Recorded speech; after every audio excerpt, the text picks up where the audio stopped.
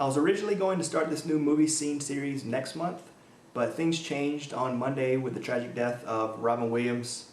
Like many, I was devastated to hear the news, and I started reflecting on his career as most did.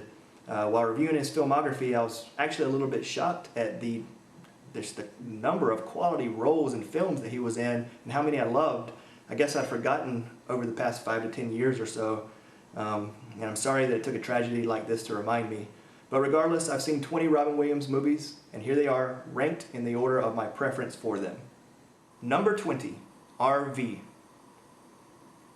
I watched RV when it first came out. I didn't love it, didn't hate it, but I do remember laughing hysterically at one scene. I'm not sure which scene it was, but I'm sure it had to do with something Robin Williams did.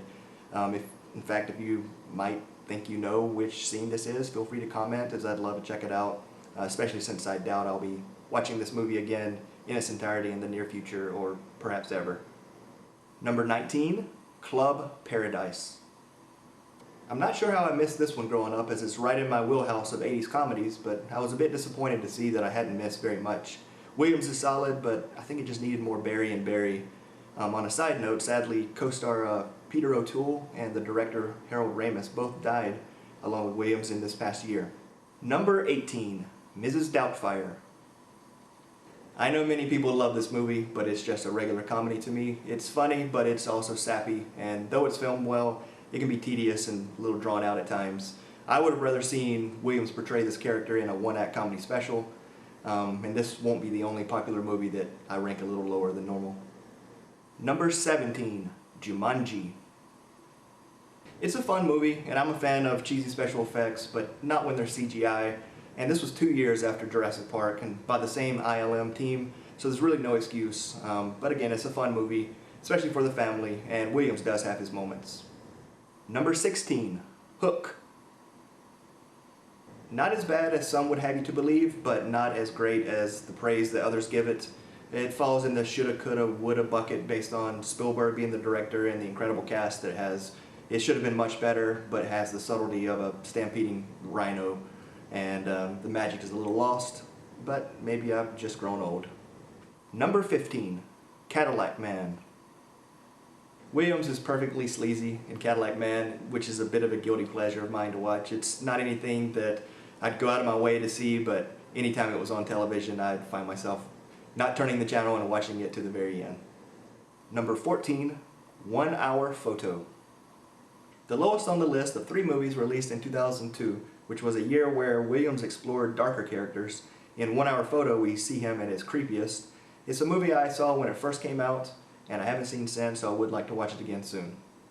Number 13, Death to Smoochy. I love this movie. It is dark, twisted, but with an ironic innocence that underlines and overcomes the cynicism. Williams is hilarious. It is as funny upon repeated viewings as it was the first time I watched it. Number 12, Popeye. Williams' first starring film role. It was considered a bomb because it only made triple what it cost to make it.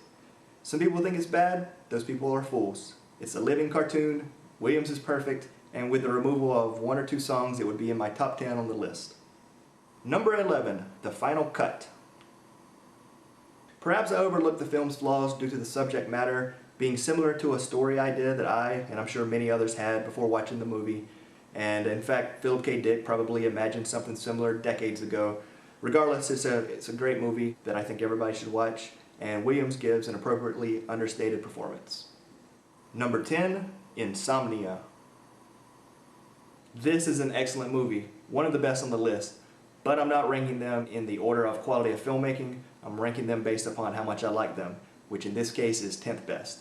As creepy as Robin Williams was in 1 Hour Photo, he's twice as chilling in Insomnia. Number 9, The World According to Garp. A multifaceted movie with surprising depth. It's maybe the most complex movie on the list. It grows along with the viewer, and in it Williams gives us a glimpse of the breadth of his acting range that we would see throughout his career. Watch out for the undertow on this one. Number 8, The Birdcage. The American version of La Cage aux Folles doesn't disappoint. It's hilarious, honest, and touching for all the right reasons. Williams actually plays a bit of the straight man. and it's actually an important step in reshaping American consciousness. Number 7, World's Greatest Dad. The highest ranking movie on the list from this millennium, this could actually be Williams' final great movie role, which is painfully ironic considering the subject matter, but I'd like to see Boulevard first before making that claim. With time and repeated viewings, this could creep into the top 5, or it might fall out of the top 10. Number 6, Good Will Hunting. Alright, bring on the hate. Good Will Hunting misses the top 5. Yes, Williams received an Oscar, but it was more of a career nod, let's be honest. He was great, the movie's great, but it's a little overly sentimental at times. If it's your favorite, I understand. It's not your fault. Number 5, Aladdin. Aladdin straight up changed the game for cartoon voice work and the usage of high-profile celebrity actors in cartoons.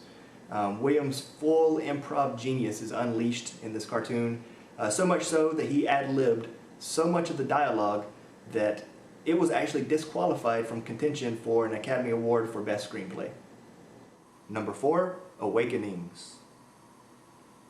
This is such an excellent movie. De Niro might steal the show, but do not sleep on Williams and his wonderfully nuanced portrayal.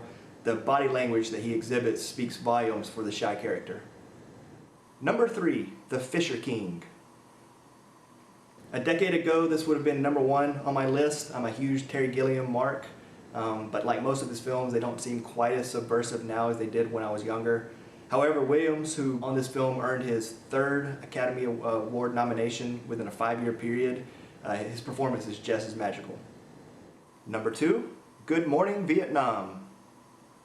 One of the first R-rated movies that my dad let me watch. It's also the first movie that earned Williams an Academy Award nomination.